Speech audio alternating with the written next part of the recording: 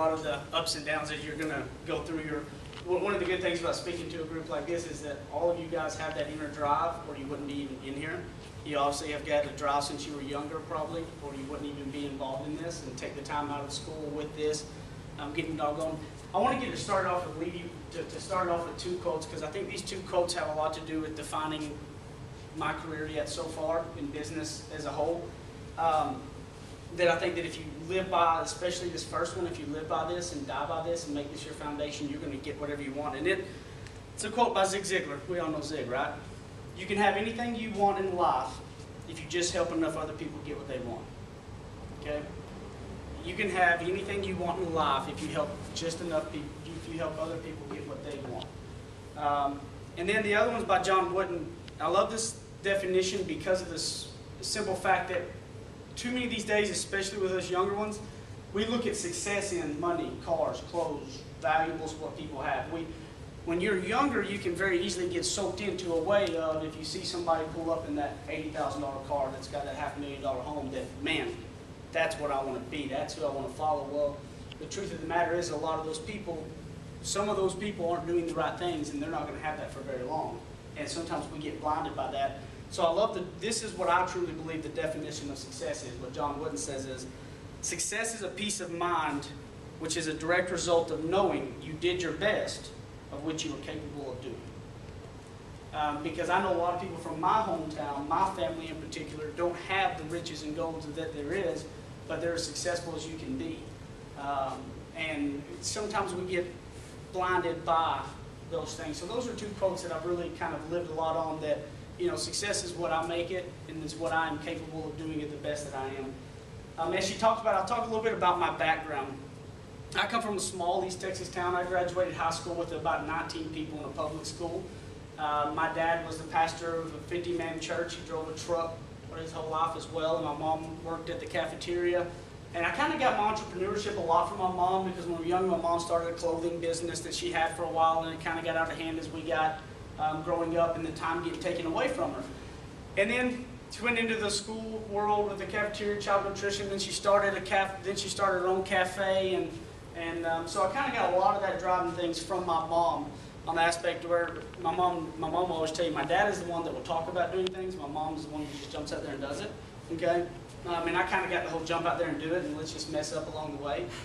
Which I wish I had a little bit more of the other, and I wouldn't have to go through some of the pain that I've had to go through. But I wouldn't take it back for anything. When I started out, my mom would tell you, my whole type of sales and entrepreneur kind of started younger. We would come back from baseball games, and I'd have a pocket full of change. And she's like, Heath, where did you get all that change from? Well, I knew I could talk my mom to give me 50 cents to go buy a package of Starburst. And I knew that I calculated that if I sold those Starburst for 15 cents a piece, that I could triple my money on it. And because kids could get 10, 15 cents easier than they could 50. So I could sell individual Starbursts the whole time, go back and buy another one and keep doing it. And I'd come back home with a pocket full of change. And I think that kind of defined kind of the start of what I did. And then when I was about 12 years old, I started a plant company. My neighbors down the road had a plant farm. And I went out and I talked them into giving me a loan of some plants. And I went out in the woods and I built a little fort, some plastic, and I figured out a little watering system by if I travel buckets out there and have cut Coke bottles that can water them. And what I would do is I would grow them and I would pluck them out and try to grow more. And every Saturday I'd load my four-wheeler up on the trailer and drive around the whole country, because I live way out in the woods. Drive around the whole country and go door to door and selling these plants every Saturday. And then I paid off my debt, and then I was able to keep buying more. And then a huge storm came through and kind of wiped out my whole dreams of my plant farm business. Whenever it wiped everything out, didn't have no insurance when I was 13 years old, which I wish I would have. But then I got involved in sports, and then you get heavily involved in sports. And leadership was one of those things that always gravitated to me. And then I was in high school. As I got out of high school, I went to a little junior college there, and I wasn't quite sure what I wanted to do. But it was about a year into it, I was doing criminal justice stuff, and I was the one that had all these ideas of things that I wanted to do. I just wanted to do it. Well, then I was tired of being broke. We come from a very regular middle-class family that it was very difficult to get any kind of help. We had to work a whole lot to pay for our deals and whatnot. So I said, you know what, I'm fixing to go. They said you can make money selling these cars, so I'm going to go try this. I was actually just going to try it for the summer, and I actually had to lie on my application and say I was 20 years old because they wouldn't hire anybody that wasn't 20, and I just turned 19. And when I got in there and interviewed and they hired me afterwards, I said, oh, by the way, I actually messed up on my application, I'm only 19. And then at that point, they still wanted to hire me, so I was like, okay, great. Well, where I come from, if you make about $2,000 a month, you're at the upper end of the income scale. I had waited tables forever on top of everything else and never made even close to $9,000 a year probably, right? My first month in the car business, I made $9,800 and I was salesman of the month. And I was like, ooh, this is weird. And as you can imagine, I was the king at all parties, right? I mean, I was king of it all. I went out and blew it just left and right. And that was one of my first failures that I learned from pretty hardcore, is blowing your money is not smart. So then I kept working, but I realized real quick that what I looked at it was, I looked at them, okay, I'm going through this. The more you work, the more you make, you move up, the more you're sitting here, you have no time for anything else. You're 80 hours a week, you know your family through a phone, and you have one bad month and you're gone and demoted back down, and it's the most cutthroat thing I've ever saw. And I said, this just isn't going to be quite for me. I don't like this. And but I had no other option. I had to stay in some type of sales or something. I done dropped out of school. I had no education. The only thing I knew how to do was sell. So I started in the insurance business. And in the insurance business, probably 90% of the insurance, well, probably 85% of the insurance business, you are a 1099 business owner. And about 85% of all of it. You start a book, you're 1099. You may be a rep with a company, but you're 1099, you're doing business as whatever, okay? So I started off at Bankers Life and Casualty. Now I was just fixing to turn 20 years old. Bankers Life and Casualty is a senior market company. We only sell to seniors. If you think I look young now, you should have seen me at 20 years old, okay? Wasn't even shaving yet. So I realized real quick that this was fixing to be one of the first challenges I was fixing to have to overcome, because I sat down with the senior and tell them how they should manage their finances and load all those things up and what they need to do with their life insurance at their age. A little bit difficult when you got about 20 years of experience on 65 years, right? But what I realized in one of the books that I started reading was you don't have to be that great at what you do. It's a law of large numbers. Business, sales, the whole thing. If you know your business, if you can get your business in front of 3,000 people instead of 300, who has the best shot at getting customers, right? It's all law of large numbers. You can be horrible at what you do, but it's law of large numbers. I read a book and it talked about this life insurance company that was going through one of the biggest pitfalls. They hired a consultant company to come in and go to their largest branch and figure out what is going on. No telling how much they paid this company, right? The guy goes out there, comes 2 days, he came back to the president and said, I've got your problem fixed, this is what I'm going to do.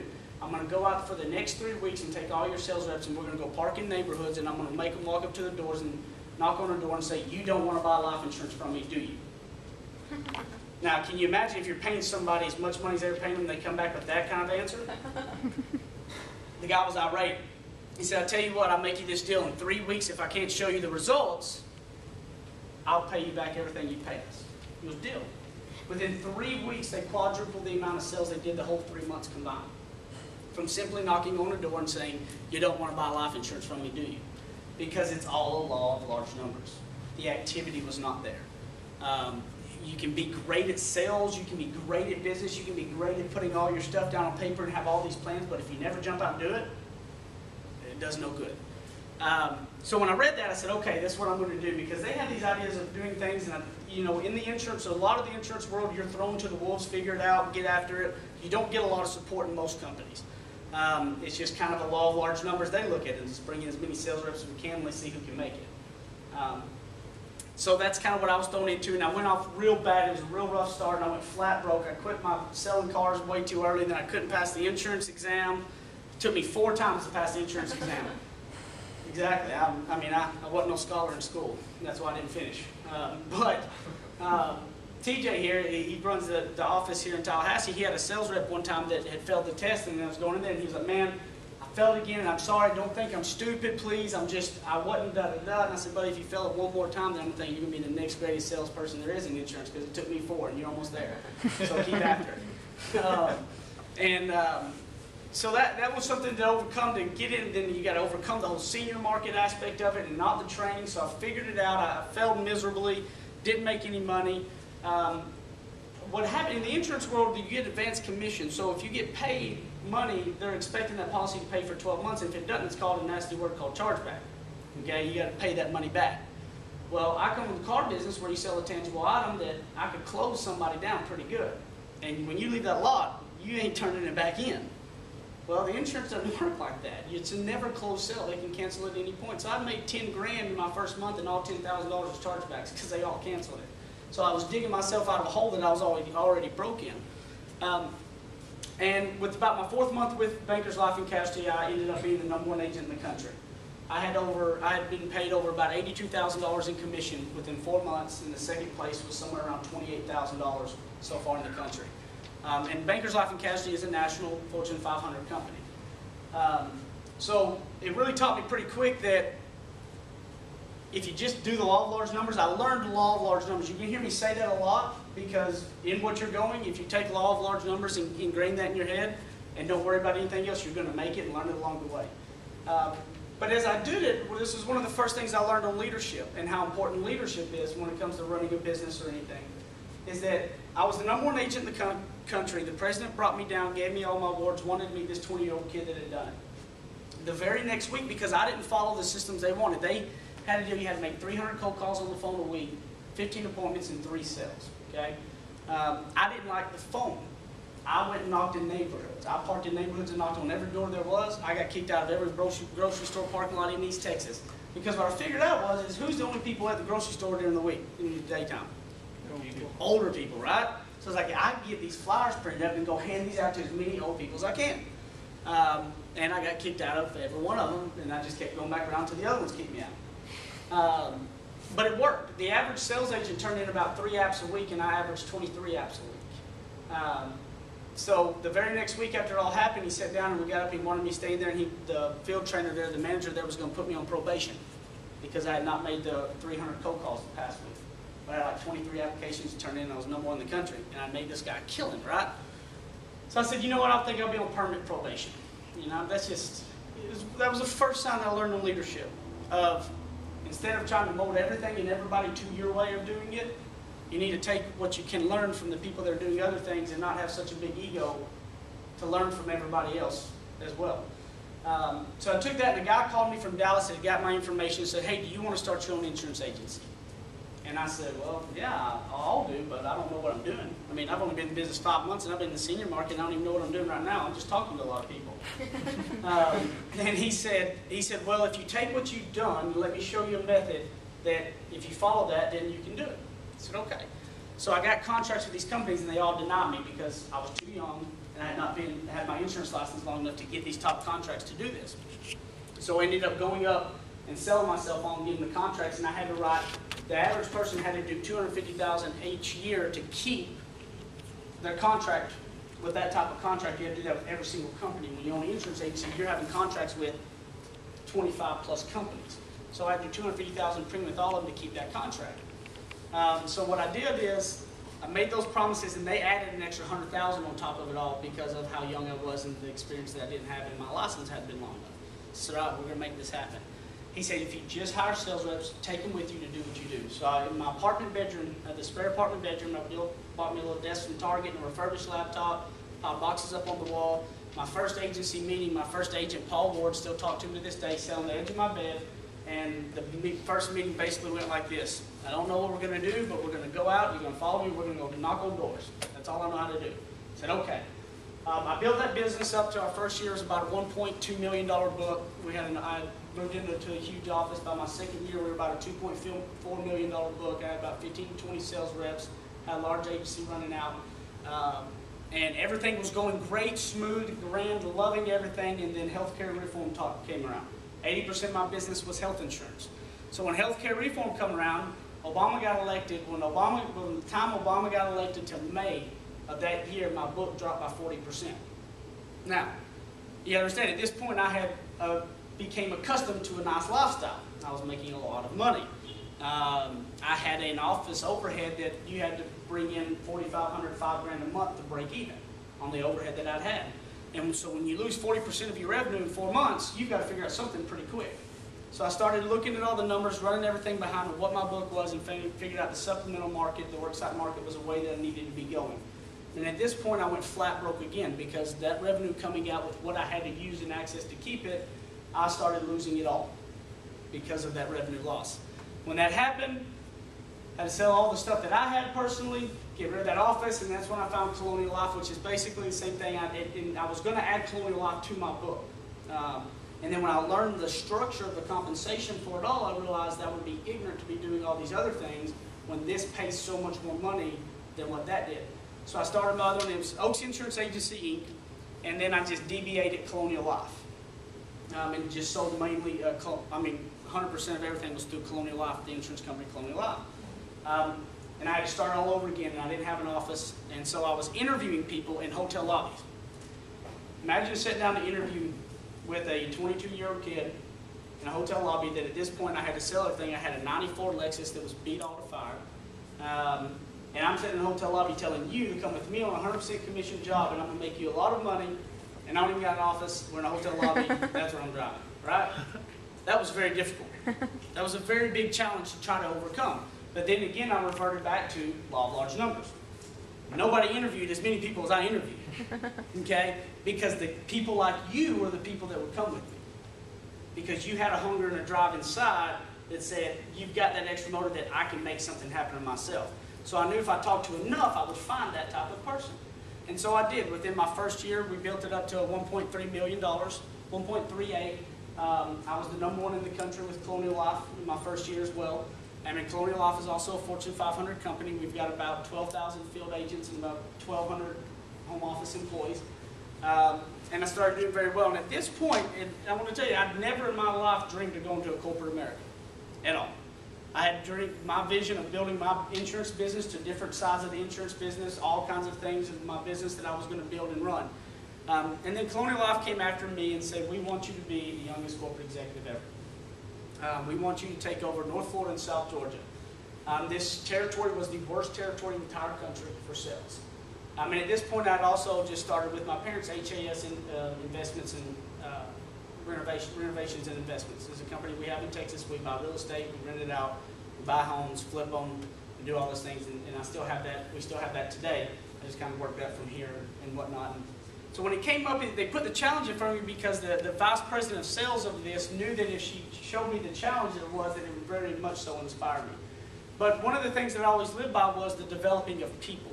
Because to me, I knew what this opportunity did for me. I know where I come from, and I know that nobody where I come from has the type of income and living that I have, that I want to show other people this opportunity. But I don't want other people to have to go through getting screwed over and over in the business like I did. By all the majority of bad people. Business as a whole, there's a lot of greedy bad people. So I always lived and died by that quote of Zig Ziglar that I was telling you about, on the simple fact that my job was to see how many people I can make successful. How many people can I help be at the top of where they want to go? From my agency in Colonial Life, that's already spurred out, one of my agency development managers is now the national director of entire training for Colonial Life. He's in the home office, and he's head of the whole country of training. I've got 7 or 8 district general agents, which 2 of them are in the running for Office of the Year this year. I've got over 12 agency development managers. I've hired the youngest corporate regional instructor ever that was a sales rep in my agency. So just in a 2-year period, the spawn of people that I have helped in some way, I don't know how much I've done for them, much as they worked their butts off for what they got, but just to say that I could have any part of watching them grow was fantastic to me. So people development has always been at the forefront of my mind. And building a business, that has to be your deal, because you can make a business successful by yourself, but to be great, you have to build a lot of people to make that happen as well. And you take Steve Jobs, for instance. They started 2 of them in a garage, but Apple couldn't be Apple without about, the thousands of people that they have working for them, right? So they got into, every business is a people development business. And I took that, we took out here in this territory, whenever I took it off in January, it was dead last in sales, and we're at about a 230% growth year over year, with the largest growth in the entire country and the territory in the year-over-year sales. And I contribute everything as I go back to the law of large numbers and the simple fact of people development. And a couple of things that they wanted me to hit on, that as I kind of tell that, and you heard me talk about some of the successes and failures that I had, First thing is there's no such thing as a failure. There's no such thing as failures, in my opinion, because there's valleys. There's lots of valleys, okay? But a valley, in a valley, there's always a road that leads to the top. Would you agree? There's no such thing as a failure. The only thing that can be a failure is when somebody lets a valley turn into Death Valley. Okay? One of the things that I always learned from my failures is when a valley hit, I looked at everything that I learned from that, and I tried to pull out of it and get to the top. I never looked at it and went, okay, hey, this didn't work, just quit and give up and all this good stuff. You've always got to look to learn. A lot of people get sidetracked and get mentally down on themselves when something doesn't always go as planned, and they let that derail their whole thing. One of the things that I like to talk about, not only in sales but in business as a whole, is you've got to learn to ride a freight train instead of a roller coaster. We all know, like if you get on the, there's a Titan, there's a Six Flags over Texas, there's a Titan roller coaster that's so big that when it drops, the first drop, they've got a tunnel dug underground because they couldn't stop it right at the ground, right? And we all know a freight train that goes all over the country, freight trains that have dips and lows, but there's nothing like that, right? Because they couldn't pull back up. Building your own business and being in sales as a whole is all about managing your emotions. And if you can make yourself never get too high and never get too low, you're going to make it a long time in business as a whole. You think about it, the Titan is so big, they have to dig a tunnel underground. So if you get that high, you have the opportunity to get that low. But if you ride the freight train, you're never going to get that high, and you're never going to have the opportunity to get that low. So I teach a lot of the sales reps in there, never get too excited about what could happen. Say you walk out and they gave you the verbal for okay that you're fixing to do this. You're going to sell this business, you're going to sell this product, fine, and you're going to get it. Walk out there like, you know what, that's good, but revert back to law of large numbers and go get more people. Don't let one thing derail you. One of my favorite speakers is Les Brown, and Les Brown talks about you're going to fall down a lot. Get ready for it. Prepare yourself emotionally for it. But Les Brown says when you fall down, just make sure you fall on your back so you can look up. And I like that. You're going to fall, just fall down on your back and make sure you can look up. As you can tell through some of the stories, I've faced a lot of challenges. There's a lot of challenges that I've faced. There was always roadblocks in the way. Being as young as we all are, when you're trying to sit down in front of a business owner who owns a Fortune 500, owns a Fortune 100 company with 8,000 employees, and I'm trying to sell him on why work with us on our benefit package for his employees. Obviously this man's 50, 55 years old, man or woman's 50, 55 years old, these huge degrees, they have years experience. In some way I convinced them to listen to me and my expertise in this field. But what I've learned is with being young and being the things that we overcome, my age is always a negative in the first 5 minutes. And then I get 90% of all of my business because of my age 10 minutes later. Because of this. Our generation is deemed as lazy, right? That's what we get. We all get that whole deal. So when you're out there busting your hump for something that you believe in and you're passionate about and you're getting after it and you're out there in front of them, you get 10 times more respect than anybody else immediately because they're looking at you going, you're going to break the mold of this generation. We want to see what you've got to offer. So my opinion, my age has done nothing but help propel me to where I'm at because I studied longer, I worked harder, and did more than everybody else was willing to do, whether they were 19 or whether they were 60. And that gained me more respect than anything. I can always tell when I'm at a meeting with a big broker or a big client or anything like that, and we're trying to get it done, in about first 5 minutes I can tell that look up, what is this kid doing here? 15 minutes later, in the middle of me talking, I always get stopped on, how old are you? And when they ask you that, that's a good thing. If they're bold enough to ask you how old you are, it's because they're fixing to compliment you on what it is that you know. So you don't have the luxury to go halfway into something. You better jump 140% into something, commit to it, and study it and learn it, and know it inside and out better than anybody else could possibly learn it and overcome those challenges. That's how you overcome it at a younger age because it can be a huge positive for you.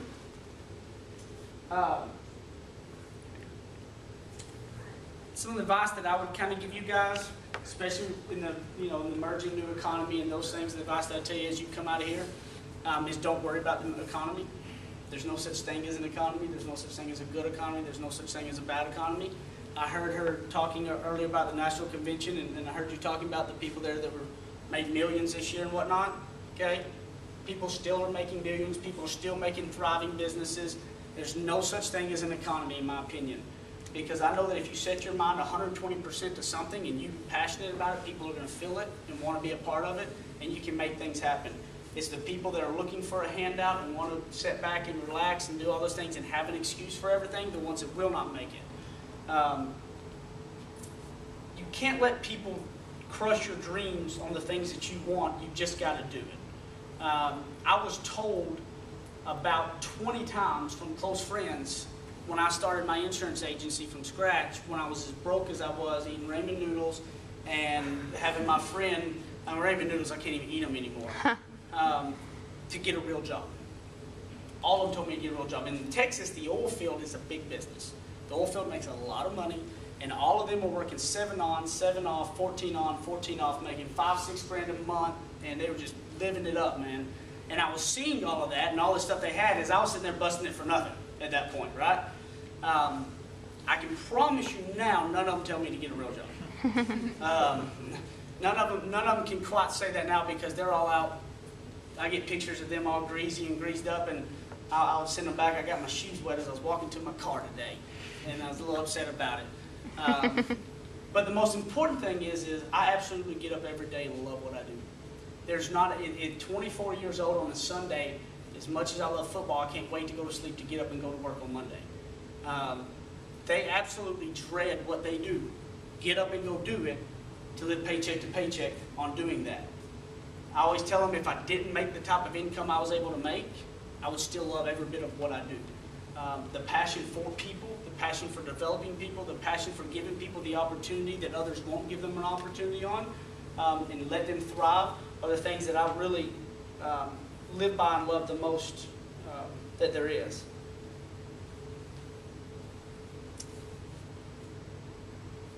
One of the things to take a look at as well, and you've heard me talk a lot about the law of large numbers, as you venture off in your career of entrepreneurship on building what it is, a couple of things like is don't let anybody kill your dream. Don't let anybody say what you can't do. Try it. Don't sit around and plan it to death. Jump out and do it. Okay?